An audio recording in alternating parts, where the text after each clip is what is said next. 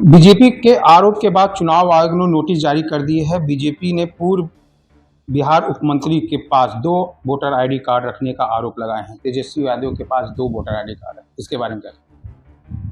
देखिए, कानूनन संविधान के दायरे में किसी भी व्यक्ति को 2 आईडी कार्ड रखने का अधिकार नहीं है।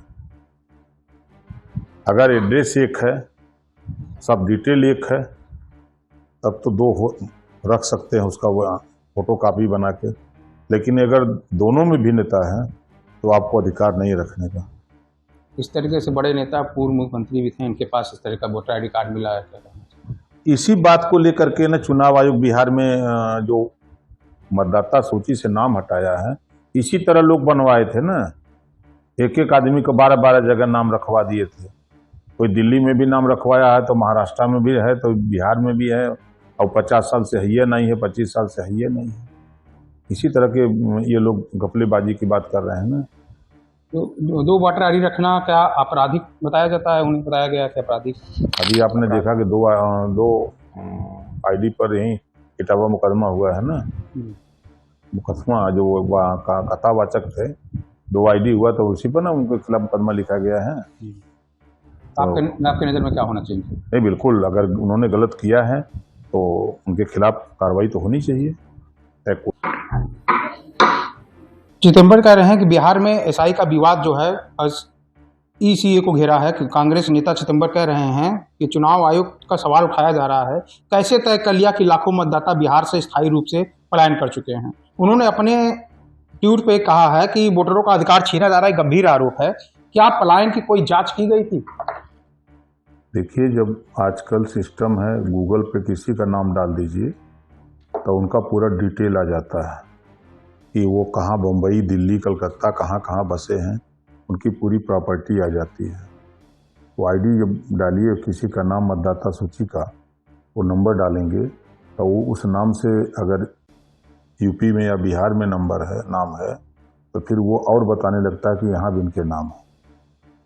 तो चुनाव आयोग आजकल सब लोग देख रहे हैं कि आजकल गूगल पे डाल दीजिए और पूरे देश की, दुनिया की खबर बता देगा कि व्यक्ति की कहाँ कहाँ प्रॉपर्टी है। कह रहे हैं कि चुनाव आयोग व्यापक रूप से वोटर का अधिकार छीन रहे हैं। अब देखिए, आरोप लगाना अलग बात है। अब वही जैसे 2 आईडी रखने का अधिकार है उनका, क्यों रखे हैं? ऐसा नहीं होना चाहिए ना।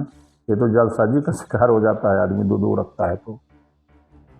असम के मुख्यमंत्री हेमंत बिस्वा कह रहे हैं कि आरोप लगा रहे हैं कि चुनाव प्रचार के दौरान उन्होंने कांग्रेस के जैसे प्रतीक कामाख्या देवी मंदिर है, संत देव शंकराचार्य का सम्मान नहीं किया।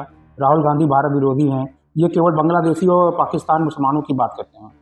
सही कहा, भारत विरोधी तो है ये जब विदेश जाते हैं तो भारत को कटघरे में खड़ा करते हैं। जब ये बोलते हैं तो कभी चुनाव आयोग पर सवाल खड़ा करते हैं, तो कभी देश के अस्मिता पर सवाल खड़ा करते हैं। तो ये तो सही है।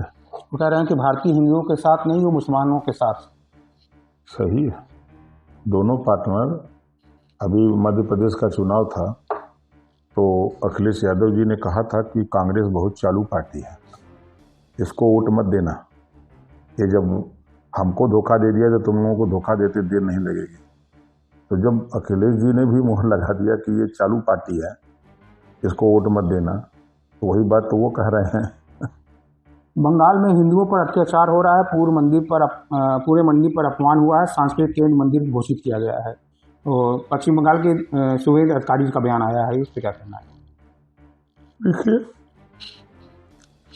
अत्याचार अगर हुआ है तो कानून है, कानून के दायरे में वहाँ कार्रवाई के लिए लिखा पढ़ी होनी चाहिए, और उसमें जो है सरकार कार्रवाई करे, सरकार की जिम्मेदारी होती है। उन्होंने ममता बनर्जी पर भी आरोप लगाया कि बांग्लादेशी मुसलमान घुसपैठ कर रहे हैं, रोहिंग्या के लिए सब कुछ कर रहे हैं, चुनाव हारने के लिए है क्या, इसलिए सब कर रहे हैं? देखिए, निश्चित है कि बंगाल में हमेशा ये शिकायतें मिलती रहती है घुसपैठियों की, तो वो तो सरकार की नाकामी की वजह से होता है। सरकार अगर व्यवस्थित अपना व्यवस्था करे तो ऐसा नहीं हो सकता। दिल्ली में ओबीसी के लिए 42% आरक्षण का कांग्रेस सांसद किरण कुमार टंबल का बयान आया है कि बीजेपी तेलंगाना में नेता रामचंद्र राव ने कहा है कि मुसलमानों को 42% शामिल कर रहे हैं, उनको हम समर्थन नहीं करेंगे। 42% रिजर्वेशन कहाँ दे रहे हैं? मुसलमानों को तेलंगाना के नेता ने आरोप लगाया है। दे कहाँ रहे हैं आरक्षण इनको? बीजेपी तेलंगाना नेता रामदेव ने कहा कि मुसलमानों को 42% में शामिल नहीं किया जाना चाहिए, वरना हम समर्थन नहीं करेंगे। ये वो भी उसमें क्या नाम है, हाँ अदर बैकवर्ड। हाँ, देखिए, संविधान के दायरे में 4 जातियां हैं। सामान्य वर्ग है और पिछड़ा वर्ग है, अनुसूचित वर्ग है, अनुसूचित जनजाति वर्ग है।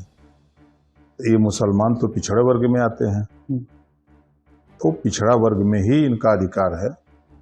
अब ये कांग्रेस पार्टी के लोग, तमाम लोग इनको अल्पसंख्यक चिल्लाते हैं, लेकिन कभी ये कांग्रेस की सरकार रही हो, बसपा की सरकार रही हो, सपा की सरकार रही हो, इनको पिछड़ों में जो 1993 से आरक्षण लागू है पिछड़ों के लिए, तो इनको कभी एहसास नहीं करा कि तुमको भी आरक्षण मिल रहा है। तो 27% आरक्षण, इसमें मुसलमानों का भी हक है। वो जो 52%, 53%, 52%, 62% हो गई आबादी, जो 11 की जनगणना के हिसाब से 52% लोग बताते हैं, तो उसमें ये भी हैं। कह रहे हैं कि कांग्रेस ने जाति गणना कही थी, कल से सभी ओबीसी नेता दिल्ली आ रहे हैं और जंतर मंतर पर प्रदर्शन करेंगे। अब जातियों की गिनती के लिए कल तक श्रेय लेने के लिए मार कर रहे थे कि हमको श्रेय मिले, हमको श्रेय मिले। अब जातियों की गिनती शुरू होने जा रही है, तो अब धरना प्रदर्शन करेंगे। तो आपके हिसाब से क्या जाति गणना के लिए? देखिए, जातियों की गिनती का मकसद है कि आज़ादी के बाद जिन जातियों को सामाजिक, आर्थिक, राजनीतिक, सांस्कृतिक क्षेत्रों में जिनको हिस्सा नहीं मिला, उनको हक देना, उनके आबादी के हिसाब से उनको भी केंद्र और प्रदेश सरकार की योजनाओं का लाभ देना, ये उद्देश्य है। अभी तक बहुत सी जातियां हैं जिनका देश के नेता नमो नहीं जानते, तो उनको हिस्सा कैसे देंगे? एक आखिरी सवाल है, उत्तर प्रदेश में सहारनपुर में समाजवादी पार्टी के एक स्थानीय नेता ने के ऊपर एफआईआर दर्ज हुई है। उन्होंने पूर्व मुख्यमंत्री अखिलेश यादव एक्स पर प्रतिक्रिया की है, अंग्रेजी में पढ़ाई के लिए एफआईआर नहीं होनी चाहिए थी। उन्होंने ए फॉर अखिलेश, बच्चों को राजनीति वर्णमाला सिखाने का। देखिए, देश में जो शिक्षा नीति है, प्रदेश में जो शिक्षा नीति है, अभी तक तो अ से अनार पढ़ाया जाता था। अब अ से अखिलेश, जब सरकार आए तब पढ़ाने। अब सरकार नहीं है, अब जाके पीडीए का पाठशाला खोल करके अ से अखिलेश पढ़ाएंगे तो भाई तो निश्चित कार्रवाई तो होगी। कानून वो कह रहे हैं कि बीजेपी शिक्षा विरोधी है, जनता के सामने उनका चेहरा आ रहा है। अब आप अखिलेश की गाथा को पढ़ाएंगे तो अब शिक्षा विरोधी है। अब जब वो जो शिक्षा नीति है, उस नीति में बदलाव लाना है तो पहले सरकार ले आओ, तब उसके बाद बदलाव लाइए। ठीक।